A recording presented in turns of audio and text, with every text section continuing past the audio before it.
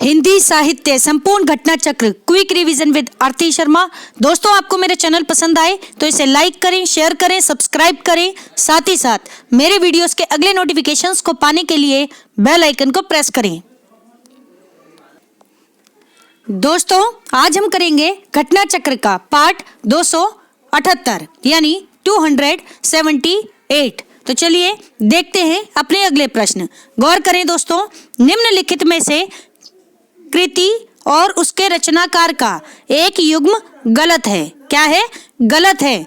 वह युग्म कौन सा है? तो ऑप्शन डी।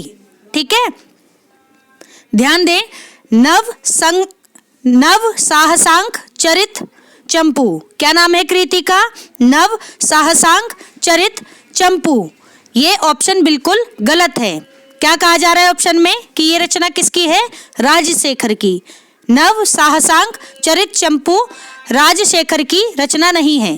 किसकी है? श्री हर्ष की। ठीक है, ध्यान रखें, श्री हर्ष की। देखें बाकी ऑप्शन। ऑप्शन ए स्वप्न वास दत्ता। क्या है? स्वप्न वास दत्ता। ये किसके द्वारा लिखी गई रचना है? भासद। ठीक, फिर है हर्षचरित्र। बहुत ही ज्यादा पूछी जाने वाली रचना है हर्षचरित्र, जिसके रचनाकार हैं बाणभट्ट की कृति है हर्षचरित्र। फिर है दश कुमार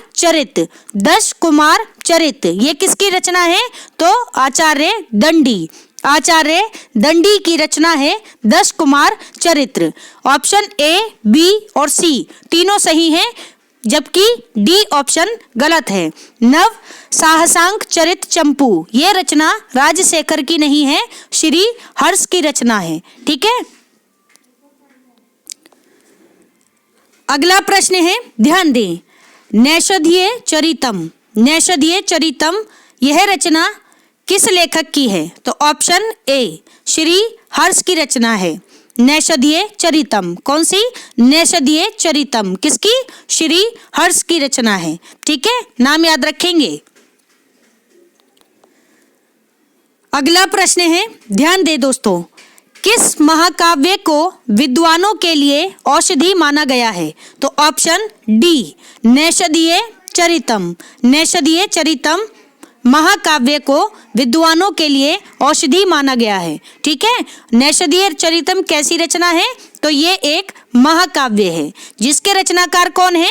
व्याख्या में देखें, श्री हर्ष की रचना है नैषधीय चरितम। ठीक है, यह महाकाव्य की बृहत्त्रयी में गिना जाता है। ठीक है, यह महाकाव्य की बृहत्त्रयी में गिना जाता है। इसमें कुल 12 सर्ग स्वीकार किए गए हैं। कितने सर्ग? 12 सर्ग स्वीकार किए गए हैं। श्री हर्ष के प्रौढ़ पांडित्यपूर्ण काव्य ने, ध्यान से सुनेंगे, श्री हर्ष के प्रौढ़ पांडित्यपूर्ण काव्य ने पंडित विद्वत मंडली में यह कहने के लिए बाध्य कर दिया कि, क्या कहने के लिए? ध्यान दे, नैषधम विद्वत दोषधम, अर्थात नैषध विद्वानों के लिए औषध है। ठीक है, नैषधम विद्वत औषधम। ठीक है, अर्थात नैषध क्या है? विद्वानों के लिए एक औषध है, यानी औषधि, मेडिसिन है। ठीक है, तो ध्यान रखें, नैषधीय चरितम महाकाव्य किसका है? श्री हर्ष का, जिसमें 22 सर्ग हैं। ठीक है, और प्रश्न क्या है? प्रश्न है कि यह महाकाव्य विद्वानों के लिए औषधि माना गया है। कौन सा? नैषधीय चरितम। ध्यान रखेंगे दोस्तों, ऑप्शन डी सही उत्तर है। अगला प्रश्न है, ध्यान दें। उज्ज्वल नीलमणि रचना किसकी है? क्या है रचना? उज्ज्वल नीलमणि। यह रचना किसकी है? तो ऑप्शन बी रूप गोस्वामी की रचना है उज्ज्वल नीलमणि। ठीक है, ध्यान रखेंगे, ऑप्शन बी सही उत्तर है। देखते हैं प्रश्न की व्याख्या। तो ध्यान देना दोस्तों, व्याख्या है उज्ज्वल नीलमणि के रचनाकार रूप गोस्वामी है। कौन है? रूप गोस्वामी। इनकी अन्य रचनाएं इस प्रकार हैं, ध्यान दें। हंसदूत काव्य, हंसदूत काव्य। फिर है उद्धव संदेश काव्य, उद्धव संदेश काव्य। फिर है भक्ति रसामृत सिंधु, भक्ति रसामृत सिंधु। फिर है विदग्ध माधव, विदग्ध माधव नाटक, नाटक है विदग्ध माधव। फिर है एक और नाटक ललित माधव, ललित माधव नाटक। फिर है दान केली कौमुदी, दान केली कौमुदी। फिर है भाणिका, कौन सी? भाणिका, ठीक है। फिर है नाटक चंद्रिका, नाटक चंद्रिका। और ये 8 ग्रंथ क्या हैं? विशेष महत्वपूर्ण ग्रंथ हैं। किसके? रूप गोस्वामी के। एक बार फिर से सुनेंगे, ध्यान देंगे दोस्तों। उज्ज्वल नीलमणि के रचनाकार रूप गोस्वामी हैं। इनकी अन्य रचनाएं इस प्रकार हैं: हंसदूत काव्य, उद्धव संदेश काव्य, भक्ति रसामृत सिंधु, विदग्ध माधव नाटक, ललित माधव नाटक, दान केली कौमुदी। फिर है भाणिका, फिर है नाटक चंद्रिका। ये 8 ग्रंथ विशेष महत्वपूर्ण हैं। अन्य महत्वपूर्ण तथ्य हैं, ध्यान दे दोस्तों। रूप गोस्वामी, रूप गोस्वामी वृंदावन की विभूति थे। कहाँ के थे ये? वृंदावन के बहुत ही प्रसिद्ध व्यक्तियों में रहे हैं रूप गोस्वामी, ठीक है। भक्ति रसामृत सिंधु, इनकी रचना भक्ति रसामृत सिंधु तथा उज्ज्वल नीलमणि, ये दोनों ग्रंथ रस विषय पर आधारित ग्रंथ हैं। तो रस संबंधी ग्रंथ हैं रूप गोस्वामी के ग्रंथ भक्ति रसामृत सिंधु और उज्ज्वल नीलमणि। फिर है ये चैतन्य महाप्रभु के शिष्य प्रसिद्ध वैष्णव आचार्य हैं, ठीक है। किसके शिष्य थे रूप गोस्वामी? तो ध्यान रखें, चैतन्य महाप्रभु। चैतन्य महाप्रभु का संबंध किस संप्रदाय से था? तो ध्यान रहे, गौड़ीय संप्रदाय से। और कहाँ पर? बंगाल में, ठीक है, याद रखेंगे। अगला प्रश्न है, ध्यान दें, राज तरंगिणी किस कवि की रचना है? ऑप्शन ए कल्लहण, कल्लहण की रचना है राज तरंगिणी। और सबसे ज्यादा पूछी जाने वाली रचना राज तरंगिणी है। मोस्ट इंपॉर्टेंट क्वेश्चन लगाएं इसे, ठीक है। कल्लहण की रचना है, ऑप्शन ए सही उत्तर। देखते हैं प्रश्न की व्याख्या, गौर करेंगे दोस्तों। राज तरंगिणी कवि कल्लहण की रचना है। किसकी? कवि कल्लहण की। इतिहास लेखन के विकास के लिए राज तरंगिणी ने कश्मीरी लेखकों के लिए प्रेरणा स्रोत का भी काम किया, ठीक है। तो ध्यान रखेंगे, इतिहास लेखन के विकास के लिए राज तरंगिणी पुस्तक ने कश्मीरी लेखकों के लिए प्रेरणा स्रोत का भी काम किया, क्योंकि हमें पता है कि कल्लहण की राज तरंगिणी के बाद कम से कम 3 राज तरंगिणियों का प्रयाणन इसी परंपरा में और हुआ, ठीक है। तो कल्लहण की राज तरंगिणी तो आई, उसके साथ ही इसी परंपरा में 3 और राज तरंगिणी पुस्तकें आई, ठीक है, जिसका श्रेय क्रमशः किसे दिया जाता है? तो ध्यान रहे, एक है जौनराज, दूसरे श्रीवर और तीसरे संयुक्त रूप में प्राज्य भट्ट तथा शुक को, ठीक है। तो ध्यान रहे दोस्तों, जो बाद की 3 राज तरंगिणी पुस्तकें आई उनसे संबंध था जौनराज का, श्रीवर का तथा संयुक्त रूप से 2 आचार्य और हैं, क्या नाम है? प्राज्य भट्ट तथा शुक आदि का, ठीक है। तो नाम याद रखेंगे। फिर है जो कल्लहणकृत, ध्यान से सुने, जो कल्लहणकृत राज तरंगिणी के पारंपरिक नैरत्य, क्या? पारंपरिक नैरत्य का प्रत्यक्ष उदाहरण प्रस्तुत करता है, ठीक है। ये कल्लहणकृत राज तरंगिणी पुस्तक के पारंपरिक नैरत्य का प्रत्यक्ष उदाहरण प्रस्तुत करने वाली रचनाएं हैं। कौन कौन सी? तो दोस्तों नाम एक ही है, राज तरंगिणी, ठीक है। कवि अलग अलग हैं, लेखक अलग अलग हैं, ठीक है, ध्यान रखेंगे। जौनराज, श्रीवर और संयुक्त रूप से प्राज्यभट्ट तथा शुक। मूल रूप से जो सबसे पहले लिखी गई वो कल्लणकृत राजतरंगिणी थी। ठीक है, इस बात को ध्यान रखिए।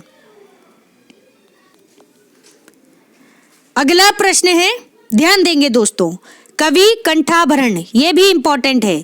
कवि कंठाभरण किसकी रचना है या फिर इसके रचनाकार कौन है? तो ऑप्शन बी आचार्य क्षेमेंद्र। क्षेमेंद्र की रचना है कवि कंठाभरण। बहुत ही इंपॉर्टेंट रचना है दोस्तों, पूछी जाती है। ठीक है, ऑप्शन बी सही उत्तर है। देखते हैं प्रश्न की व्याख्या। ध्यान दें, कवि कंठाभरण के रचनाकार आचार्य क्षेमेंद्र हैं। कौन? आचार्य क्षेमेंद्र। इस रचना में कवि शिक्षा के विषय में लिखा गया है। किसके विषय में? कवि शिक्षा के विषय में लिखा गया है। इसमें 5 संधि या अध्याय हैं।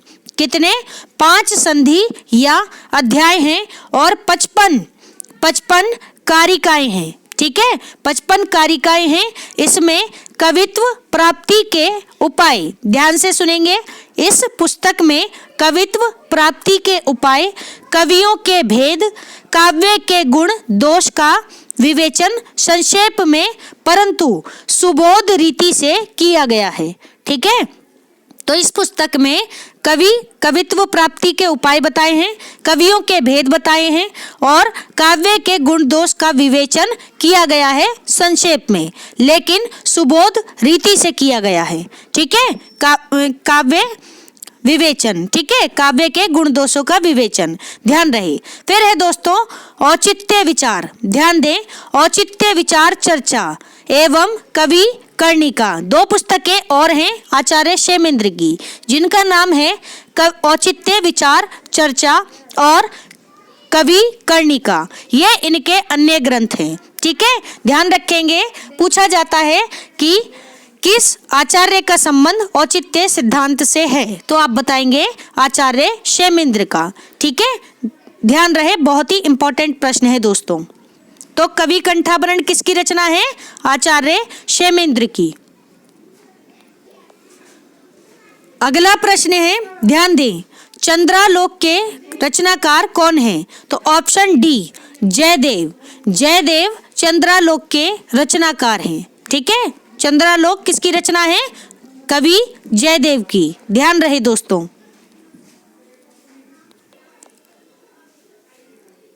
व्याख्या देखें दोस्तों पिछले प्रश्न की, गौर करेंगे। जयदेव प्रणीत चंद्रालोक, प्रसन्न राघव और गीत गोविंद ग्रंथ विशेष प्रसिद्ध हैं। ठीक है, तो ध्यान रहे, जयदेव की रचना है, कवि जयदेव की रचना चंद्रालोक, प्रसन्न राघव और गीत गोविंद। गीत गोविंद इनकी बहुचर्चित पुस्तक है। ठीक है, ध्यान रखेंगे। चंद्रालोक में 10 म्यूक हैं। कितने म्यूक? 10 म्यूक हैं चंद्रालोक में। गीत गोविंद में उन्होंने अपने आश्रयदाता लक्ष्मण सेन तथा अपने सहयोगी पंचरत्नों का परिचय दिया है। ठीक है, ध्यान दें, गीत गोविंद में पहली बात सुने, चंद्रालोक में कितने म्यूक हैं? तो 10 म्यूक हैं चंद्रालोक में। वहीं इनकी रचना गीत गोविंद किसकी? जयदेव की। गीत गोविंद में उन्होंने अपने आश्रयदाता लक्ष्मण सेन तथा अपने सहयोगी पंचरत्नों का परिचय दिया है। ठीक है, आर्य सप्तशतीकार, कौन से? आर्य सप्तशतीकार गोवर्धनाचार्य। ध्यान से सुने, आर्य सप्तशतीकार, आर्य सप्तशती की बात हो रही है, उसके रचनाकार। ठीक है, आर्य सप्तशतीकार गोवर्धनाचार्य, जयदेव, शरण कवि और उमापति और साथ में कविराज। ठीक है, तो ध्यान दें, आर्य सप्तशतीकार गोवर्धनाचार्य, जयदेव, शरण कवि, उमापति और कविराज। ठीक है, तो ये 5 रत्न थे जिनका परिचय इन्होंने किसमें दिया? अपने ग्रंथ गीत गोविंद में। ठीक है, ये सभी जयदेव के कौन थे? सहयोगी पंचरत्न थे। ठीक है, ध्यान रखेंगे। फिर है राजा लक्ष्मण सेन, इनके आश्रयदाता थे राजा लक्ष्मण सेन। किसके? कवि जयदेव के। तो लक्ष्मण सेन के सभा भवन के द्वार पर सभा रत्नों के नाम शिलापट्ट पर एक श्लोक के रूप में निम्नलिखित प्रकार से अंकित थे। ठीक है, तो राजा लक्ष्मण सेन का एक सभा भवन था जिसके द्वार पर यानी गेट पर सभा रत्नों के नाम दिए गए थे। ठीक है, किस पर? शिलापट्ट पर। शिलापट्ट समझें। ठीक है, एक श्लोक के रूप में ये सभी नाम दिए गए थे। कैसे? तो ध्यान दें। गोवर्धनश्च शरणौ जयदेव उमापति कवि राजश्च रत्नानि समितौ लक्ष्मणस्य तू। ठीक है, क्या लिखा है? गोवर्धनस्य, ये पूरा श्लोक इस तरह से है। ठीक है, 5 रत्नों के बारे में। और ये कहाँ था श्लोक लिखा था? तो राजा लक्ष्मण सेन के सभा भवन के द्वार पर। ठीक है, शिलापट्ट पर लिखा हुआ श्लोक है ये। तो ध्यान दें। गोवर्धनश्च शरणो जयदेव उमापति कवि राजश्च रत्नानि समितौ लक्ष्मणस्य तू। ठीक है, आगे देखें व्याख्या। चंद्रालोक एवं प्रसन्न राघव नाटक में, ये दोनों क्या हैं? नाटक हैं। चंद्रालोक और प्रसन्न राघव किसके नाटक हैं? जयदेव के। ठीक है, इन नाटक में अपने माता पिता का परिचय, किसका परिचय? माता पिता का परिचय दिया है कवि जयदेव ने। ठीक है, या नाटककार जयदेव ने। उनके पिता का नाम महादेव था और इनकी माता का नाम सुमित्रा था। क्या? पिता का नाम महादेव, माता का नाम सुमित्रा। किसके माता पिता हैं? महादेव और सुमित्रा। तो ध्यान रहे, कवि जयदेव के माता पिताजी हैं। ठीक है दोस्तों, ध्यान रखेंगे। तो इस तरह से हमने 3 रचनाएं देखी कवि जयदेव की, चंद्रालोक, प्रसन्न राघव और गीत गोविंद।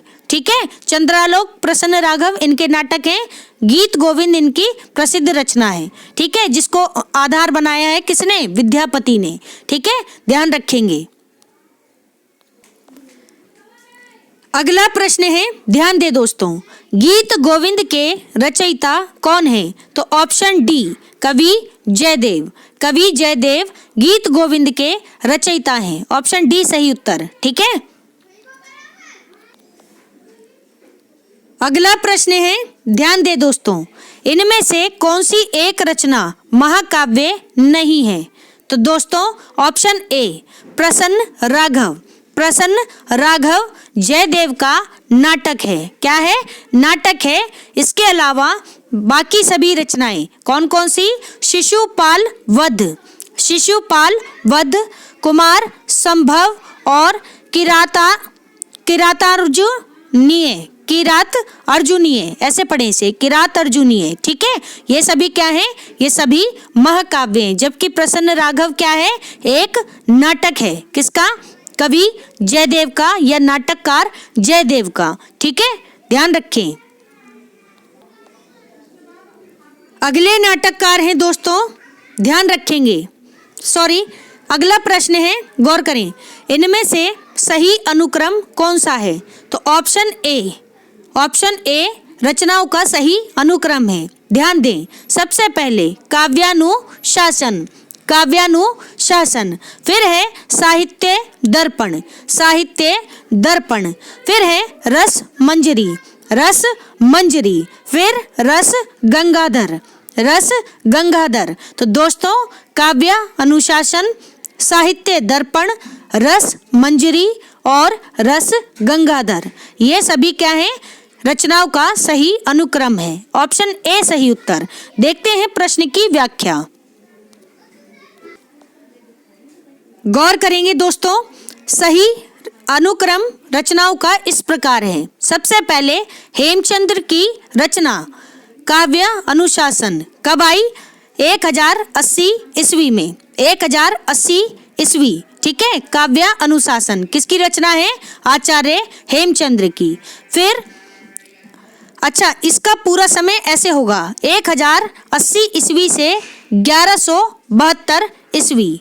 ठीक है, 1080 ईस्वी से 1172 ईस्वी। ठीक है, तो अगर आपने नंबर लाइन पढ़ी होगी तो ये उस हिसाब से ये टाइमिंग दी जा रही है, ठीक है, उल्टा काउंट हो रहा है, ठीक। तो ध्यान दें, फिर है साहित्य दर्पण। साहित्य दर्पण किसकी रचना है? मोस्ट इंपॉर्टेंट रचना किसकी? कवि राज विश्वनाथ की। कवि राज विश्वनाथ की रचना है साहित्य दर्पण। दिमाग में बिठा ले दोस्तों, एक ऑप्शन इस रचना का जरूर होता है, ठीक है। कब आई ये रचना?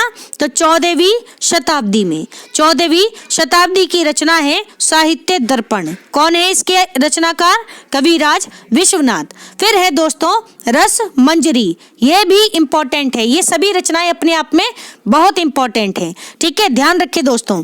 रस मंजरी किसकी है? भानु दत्त की रचना है।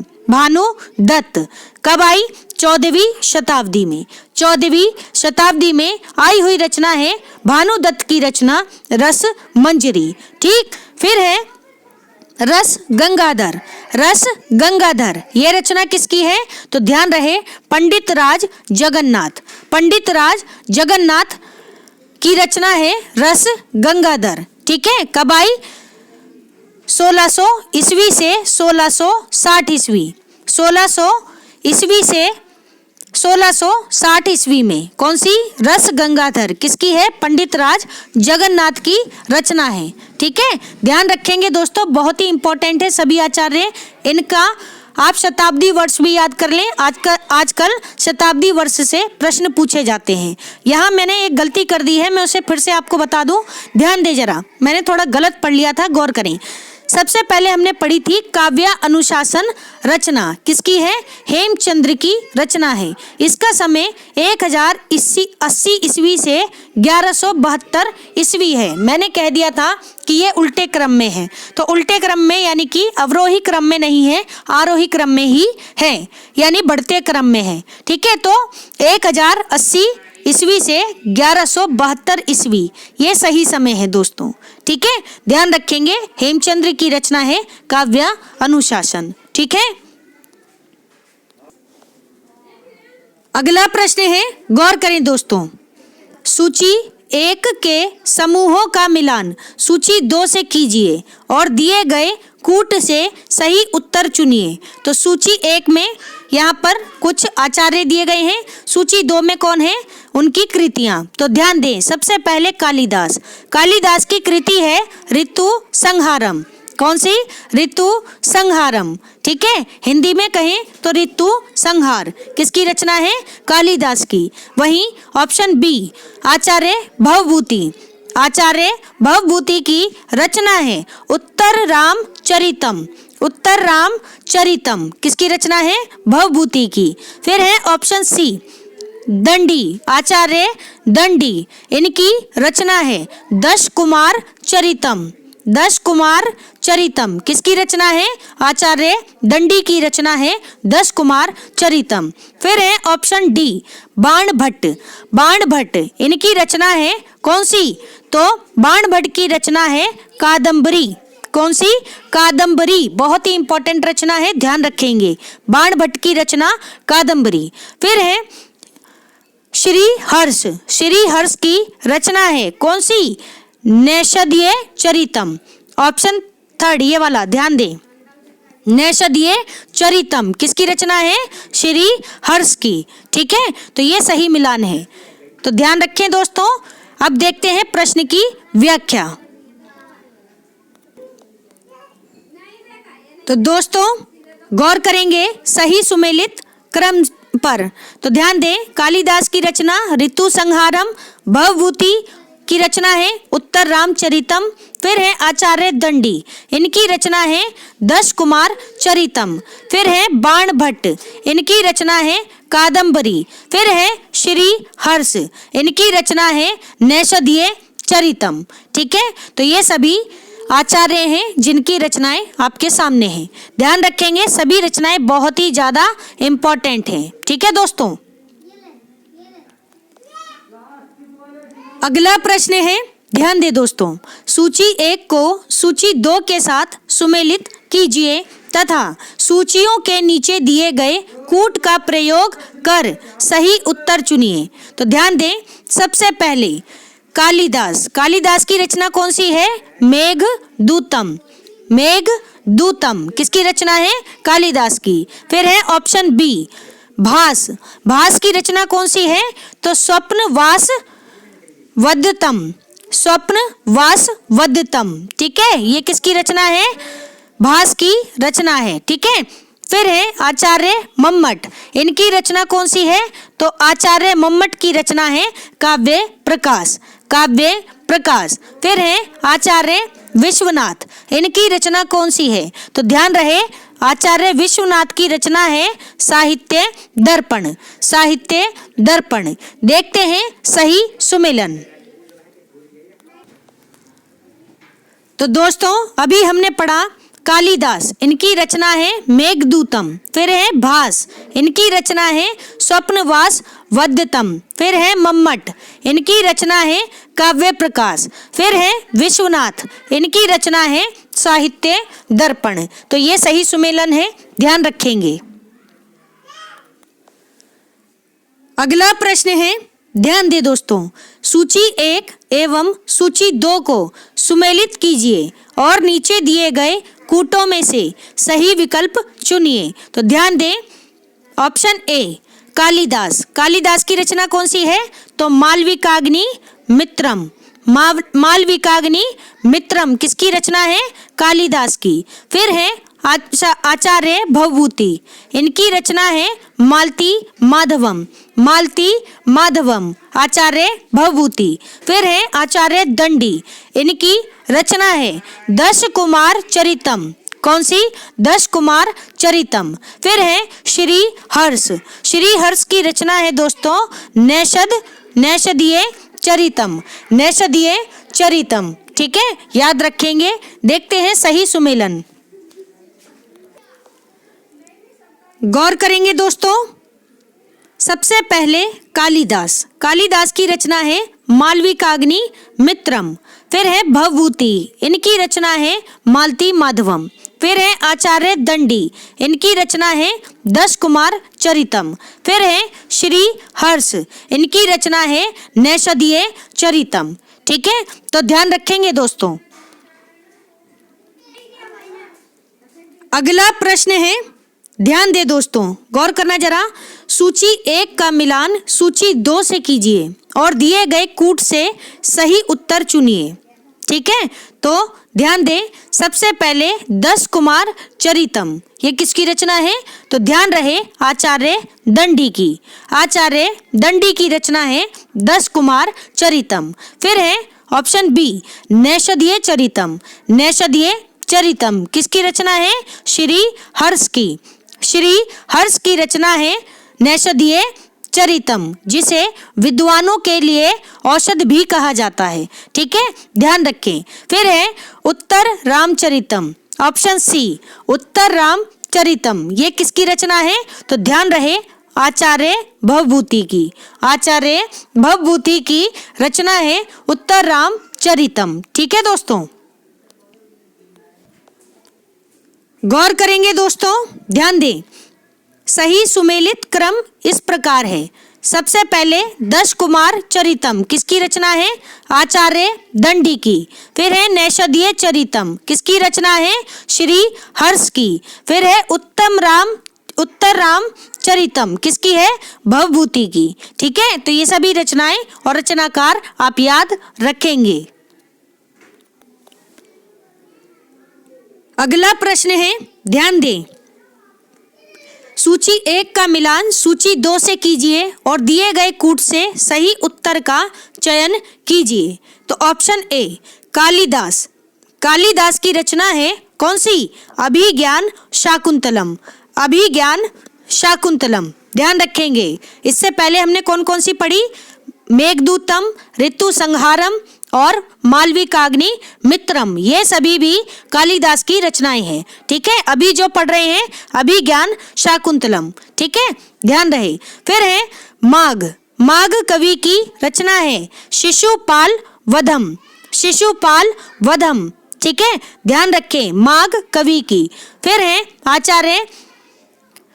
आचार्य माघ की हमने देखी शिशुपाल वधम। फिर है आचार्य भवभूति, इनकी रचना कौन सी है? तो इनकी रचना है उत्तर राम चरितम, उत्तर राम चरितम। फिर है आचार्य दंडी, इनकी रचना है दश कुमार चरितम।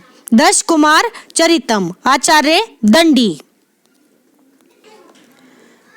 तो गौर करेंगे दोस्तों सही सुमेलन पर। सही सुमेलित क्रम है, कालिदास की रचना है अभिज्ञान शाकुंतलम, आचार्य माघ की रचना है शिशुपाल वधम या कवि माघ कहो, ठीक है, बात एक ही है। फिर है भवभूति, इनकी रचना है उत्तर रामचरितम। फिर है दंडी, आचार्य दंडी की रचना है दश कुमार चरितम। मोस्ट इंपॉर्टेंट रचनाएं हैं इस वीडियो में जितनी भी आपने पढ़ी दोस्तों।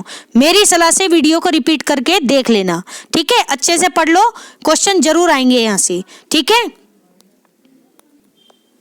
तो दोस्तों हमारा आज का ये वीडियो यही समाप्त होता है। Thanks for watching. अगर आपको मेरे वीडियोस पसंद आ रहे हैं तो इन्हें लाइक करें, शेयर करें, मेरे चैनल को सब्सक्राइब करें, साथ ही साथ मेरे वीडियोस के अगले नोटिफिकेशंस को पाने के लिए बेल आइकन को प्रेस करें।